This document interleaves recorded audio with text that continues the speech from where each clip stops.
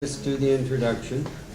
Okay, so our next presentation is giving an overview of the results of some research that we did, partly with funding from the Ontario Trillium Foundation, on labor market barriers facing internationally educated researchers. It's with Emal Stanizai, who's the IISI project coordinator, and Alireza Khatami, who's a research intern at Access Alliance. Alireza is a dermatologist with a PhD in epidemiology and public health from Umeå University, Sweden. Before migrating to Canada, he was working as an associate professor of dermatology at the Tehran University of Medical Sciences in Iran. He has published 50 papers in peer-reviewed journals and presented 99 lectures at national and international congresses. More than 20 years of medical practice and studying in Iran and Sweden provided him with the opportunity to get familiar with public health issues in both developed and developing countries. Alireza got his MD and Master's of Science in Medical Education from Tehran in Iran, and his MSc PH, what's that? Yes, from Umeå University in Sweden. After finishing an 8-week research internship at Access Alliance, he has continued to work there as a volunteer, analyzing the collected data and writing reports on the research project, which you're about to hear about. Emal works as project coordinator for the Immigrant Insight Scholars Initiative at Access Alliance Multicultural Health and Community Services. He has more than 10 years of work experience in public health projects, program management, and research. He's worked with several national and international organizations, UN agencies, governmental departments, and academic institutions, such as the U.S. Institute of Peace and Ryerson University. He's an internationally trained medical doctor specializing in public health. He received his MA degree from the University of York in the UK and completed a 1-year postgraduate fellowship at Georgetown University in Washington, D.C. So welcome our speakers, and I'm sure they'll be very interesting. Good evening, everyone. As Tim mentioned, I'm Emal Stanizai, and I see some new faces in our Ryerson meeting. Welcome those who are new, and those who return. Again, welcome. Thank you so much for coming again to our Ryerson meeting. My colleague. Thank you very much. I'm Alireza. Thank you very much for introducing me so completely. Yeah, and I'm very honored to be present here and also working with Access Alliance, which is the best experience that up to now I had in Canada. I really appreciate their kindness. Thank you so much. Today we are going to present the preliminary findings of our research project called Understanding Labor Market Barriers and Solutions for Internationally Educated Researchers. Before starting, I'd like to acknowledge that the funding for this project was provided by the Ontario Trillium Foundation, and we received ethics board approval from the University of Toronto for this project. The principal investigator for this project is Dr. Yurinda Shakya, Senior Research Scientist at Access Alliance, and co-investigators included Axel, Executive Director for Access Alliance, Mr. Ted Richmond, consultant for Access Alliance, and Dr. Shafiq Buyal from Ryerson University and University of Toronto. We have 2 Immigrant Insight Scholars, Shamona and Rakesh Thakur, worked on this project at the beginning.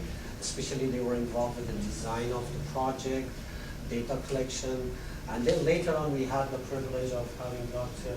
Alireza Khatami, who helped us greatly with the data analysis part of this research project, and we really appreciate his time and his commitment for this research project. To tell you a little bit background about why we did the research, as you know, over the past 25 years, Canada has attracted a lot of internationally educated professionals. However, a large proportion of these researchers remain unemployed, underemployed, or their utilization of skills are underutilized. And previous research has indicated that when the skills of internationally educated professionals are not utilized. It's called brain waste. And Canadian economy's productivity lost a lot because of underutilization of internationally educated researchers. For instance, in 2006, Canadian economy lost $11.57 billion. And we heard from Sean that recently it was $12.7 billion, compared to 1996, where it was $4.8 billion. Now, unemployment rate among internationally educated professionals compared to their Canadian counterparts are much, much higher. In some cases, they are more than 3 times higher than their Canadian counterparts. So, the labor market barriers for internationally educated professionals or immigrants as whole is well known. It's documented. We have previous research documents. However, for internationally educated researchers, there is very little evidence about the challenges that they face and also the solutions and institutional opportunities that exist out there. Therefore, Access Alliance conducted this research project to document the preliminary evidence about the challenges and barriers for internationally educated researchers in order to enter the Canadian labor market, and also find out what are institutional opportunities or solutions. So we asked 3 important questions in this research project. The first question was, what are labor market barriers and challenges for internationally educated researchers in order to find a decent work in the field of research? Second, how these barriers and challenges impact their health and socioeconomic well-being. And third, what are the potential solutions for internationally educated researchers to find a decent work and enter the Canadian labor market? These were the 3 questions that we asked in our research project.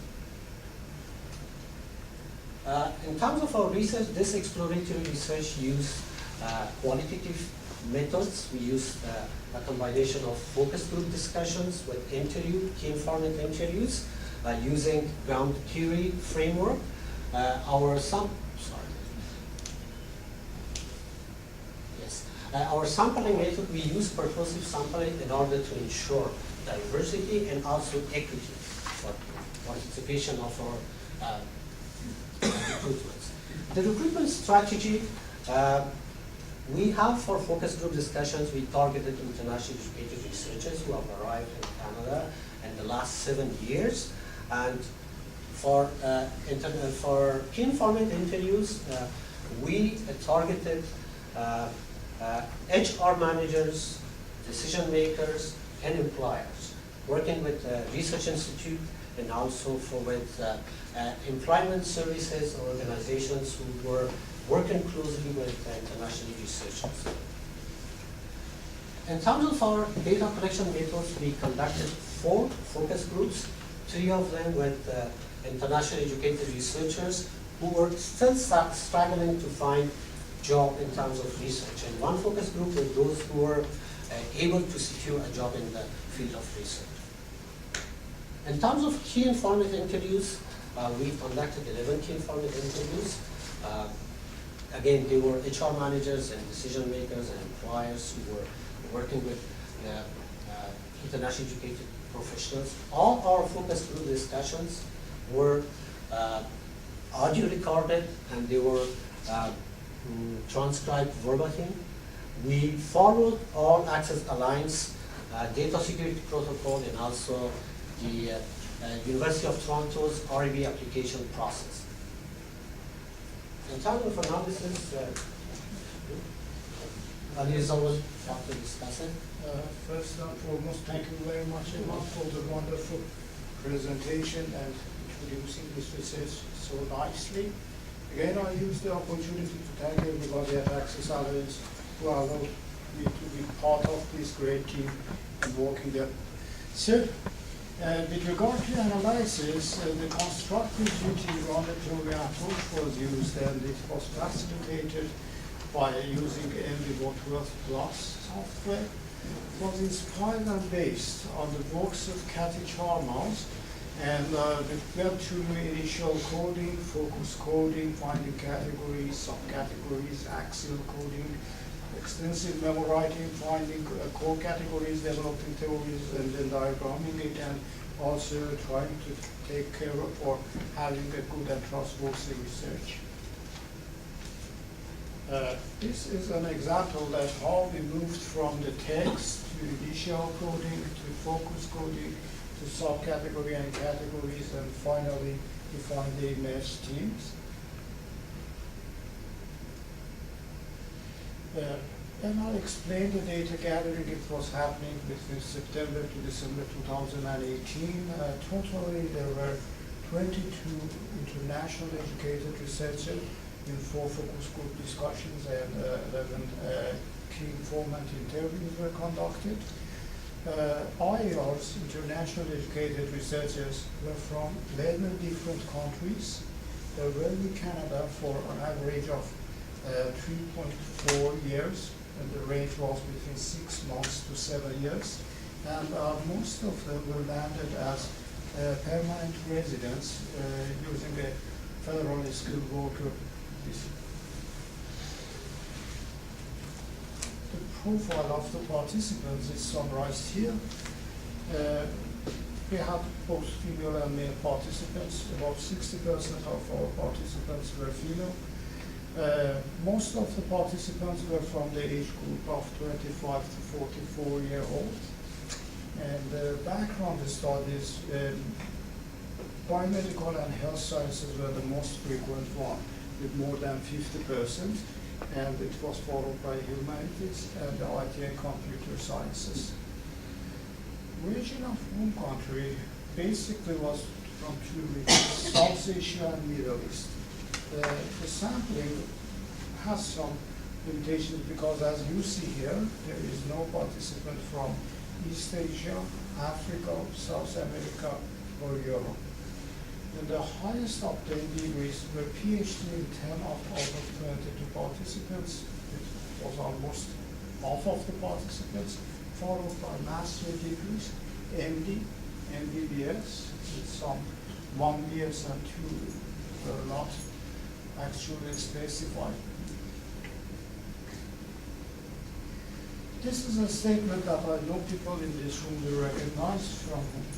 It's actually just show that people feel the barriers that they face when they want to start their work in Canada. Please just read it for yourself.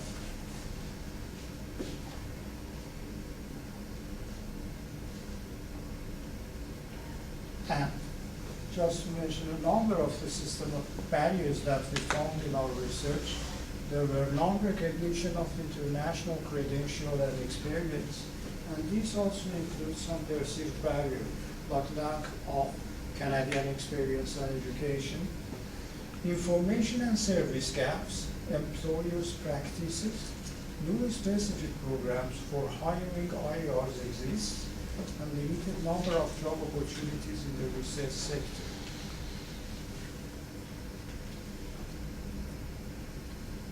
Other group of challenges were at the personal level. Canadian workplace etiquette, people need to actually integrate into the culture and, let's say, environment of the workplace. Language can be a barrier, of course, and higher skill gaps was described and mentioned as a barrier in the focus group discussions that we had. There were some root causes that actually are behind this barriers and challenges. One of them is discriminations, systemic racism and xenophobia. Current research market situation is important because of the economy and also because of the nature of research, in which many of the jobs are contract-based and for-short time, also contributed to what is called gig economy right now. Gig economy, you know that it's basically related to having several jobs, part-time jobs, in order to meet their needs. There were impacts on the IERs when they cannot find in their research sector in Canada. Economic impact is one of the most important ones. It was associated, it showed itself as financial insecurity as well as being stuck in a precarious job. Health impacts, basically mental health, was very dominant among the participants, and social and familial impacts was also experienced by several of IRs. This is an example of a IR in the PhD, was migrated to Canada from Middle East and now is stuck in a precarious job. Please read this quotation.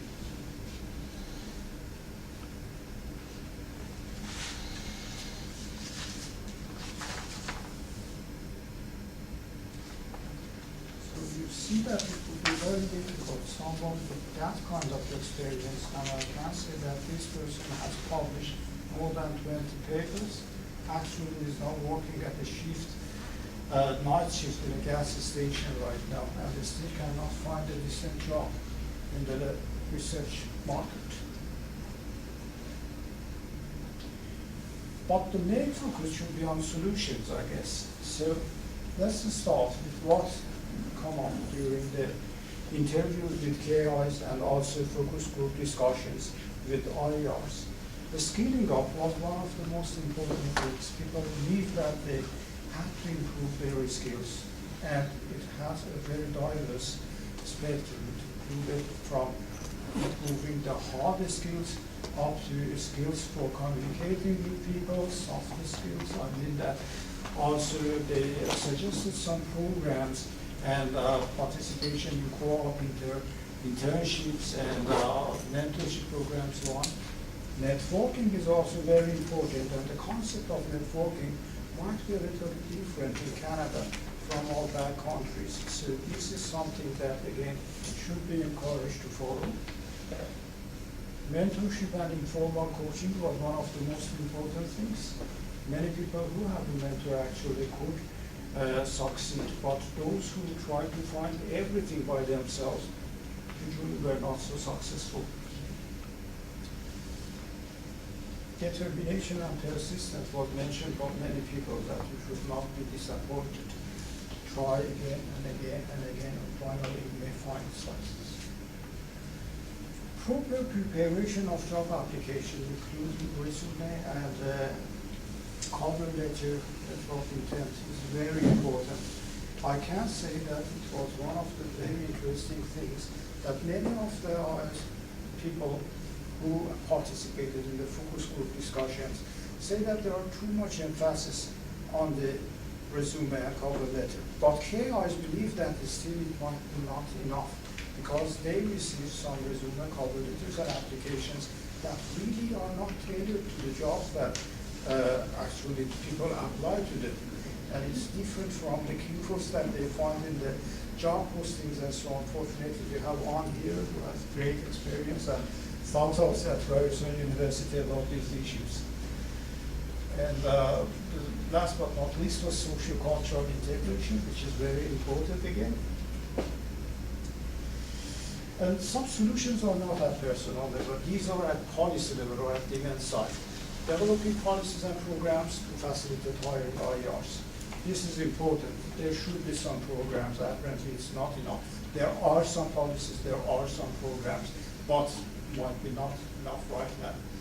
Implementation and modification of existing policies. It's very important. Canada has some great policies to support everybody with regard to inclusiveness, diversity, equity. But whether they are implemented well and completely or not, there is a question mark. Probably not.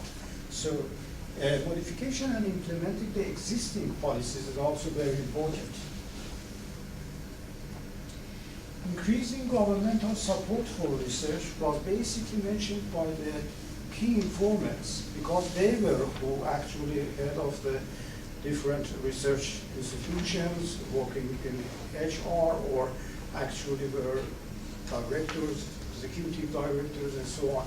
So they know that what is going on with regard to the research, and they suggested that support should be provided more than what is right now.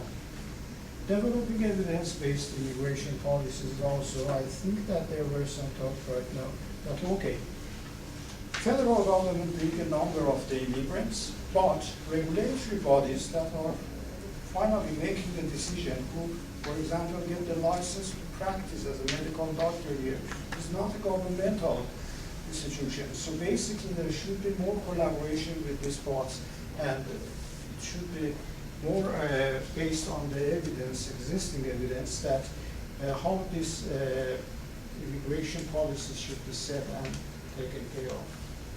This is the permanent level model that we suggested. After landing, then there will be longing for finding a decent job by a researcher. They will face the barrier, and then they will actually experience some problem, some impacts, let's say. They will try to overcome the barriers. They may succeed at moving forward, finding a decent job.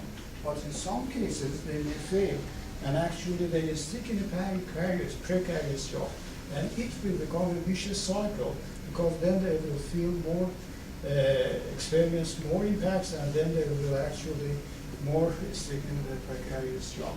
Solution will affect the barriers if it addresses the demand side, and the supply side will go to the personal level here, and also there should be take of consideration for root causes. And the key messages, the last slide, is on the utilization of the skills and experience based, as we call it. If highly educated immigrants is well known, it would be a win-win situation if this problem could be solved. And to solve this problem, skilling up and facilitating hiring IRs is very important. Implementing existing policies is very important, and increasing support for research is also crucial. So, thank you very much, and please visit the Access Alliance website and immigrantresearchers.com. Thank you very much.